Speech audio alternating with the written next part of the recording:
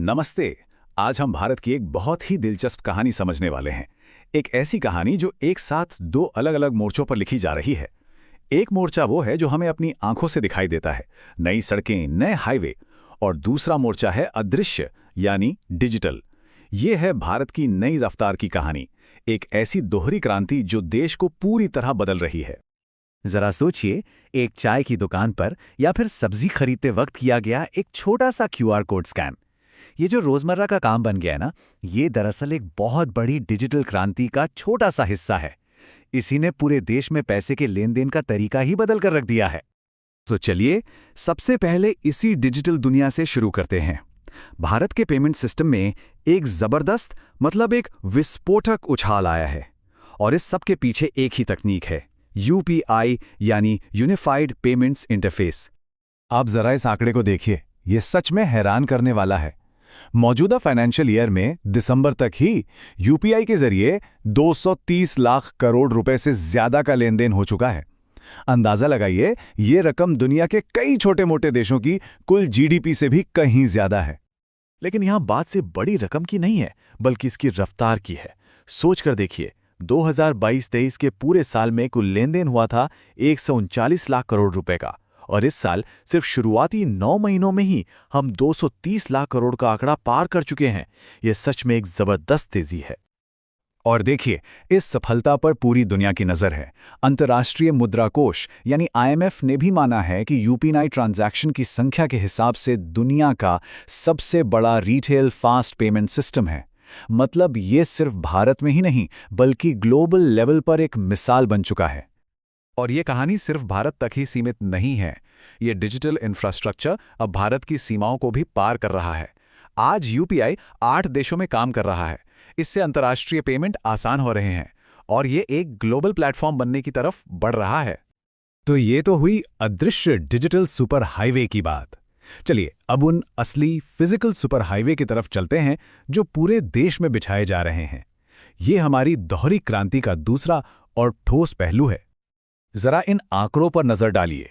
पिछले एक दशक में भारत का नेशनल हाईवे नेटवर्क 61% बढ़कर 91,287 किलोमीटर से 1,46,000 किलोमीटर से भी ज्यादा हो गया है। ये सड़कों का वो जाल है जो देश के कोने कोने को पहले से कहीं ज्यादा मजबूती से जोड़ रहा है। लेकिन असली कहानी जिसने सबको चौंकाया है, वो है हाई स्पीड एक्सप्रेसवे की। 2014 में हमारे पास सिर्फ 93 किलोमीटर एक्सप्रेसवे थे, और आज ये नेटवर्क 3,000 किलोमीटर से भी ज्यादा का हो चुका है। ये कोई छोटी मोटी बढ़त नहीं है, ये लगभग 3200% की एक अविश्वसनीय छलांग है। और ये सब हो रहा है एक अभूतपूर्व रफ्तार से। सड़क बनाने की स्पीड लगभग 3 गुना हो गई है। 2014-15 में जो रफ्तार करीब 12 किलोमीटर रोजाना की थी, वो बढ़कर लगभग 37 किलोमीटर रोजाना के अपने पीक पर पहुंच गई। ये इंजीनियरिंग और मैन पावर का एक जबरदस्त मेल है। तो एक तरफ डिजिटल क्रांति है और दूसरी तरफ सड़कों का ये जाल। पर सवाल ये उठता है कि क्या ये दोनों अलग अलग कहानियां हैं? जी नहीं, बिल्कुल नहीं। ये दोनों असल में एक ही बड़े राष्ट्रीय विजन का हिस्सा हैं। आइए समझते हैं कैसे।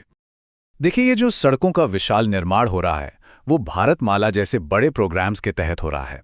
और ये एक बहुत ही smart public private partnership model पर काम करता है। इसमें मुख्य तौर पर 2 मॉडल हैं, ईपीसी, जिसमें सरकार पूरा पैसा लगाती है, और हैम, जो एक हाइब्रिड मॉडल है। इसमें सरकार और प्राइवेट कंपनियां मिलकर लागत उठाती हैं, जिससे काम में बहुत तेजी आती है। तो आखिर बड़ा लक्ष्य क्या है?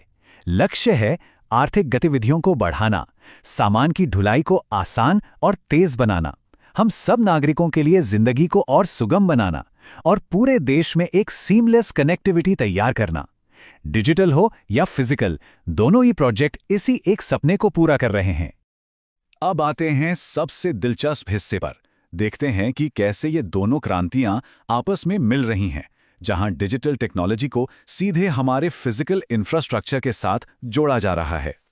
इसका सबसे बड़ा और सबसे अच्छा उदाहरण है फास्टैग। ये एक इलेक्ट्रॉनिक टोल कलेक्शन सिस्टम है।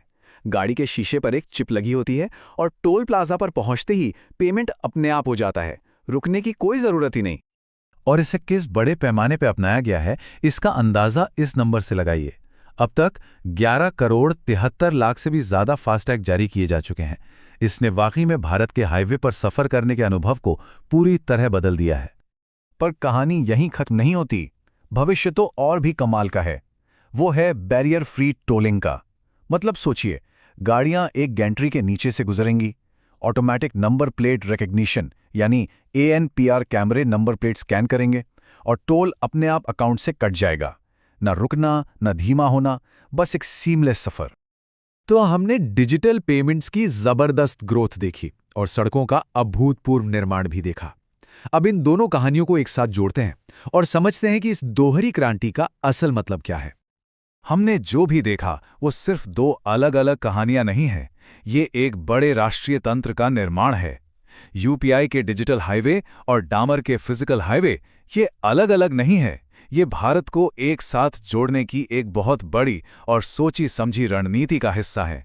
एक ऐसा जुड़ाव जिसकी पहले शायद कल्पना भी नहीं की जा सकती थी। तो ये सब हमें एक बड़े सवाल पर लाकर छोड़ देता है। जब एक देश अपने डिजिटल और फिजिकल भविष्य को एक साथ इतनी तेजी से बनाता है, तो ये आने वाले कल के लिए कौन सी नई और अविश्वसनीय संभावनाओं के दरवाजे खोलेगा? इस पर विचार जरूर कीजिएगा।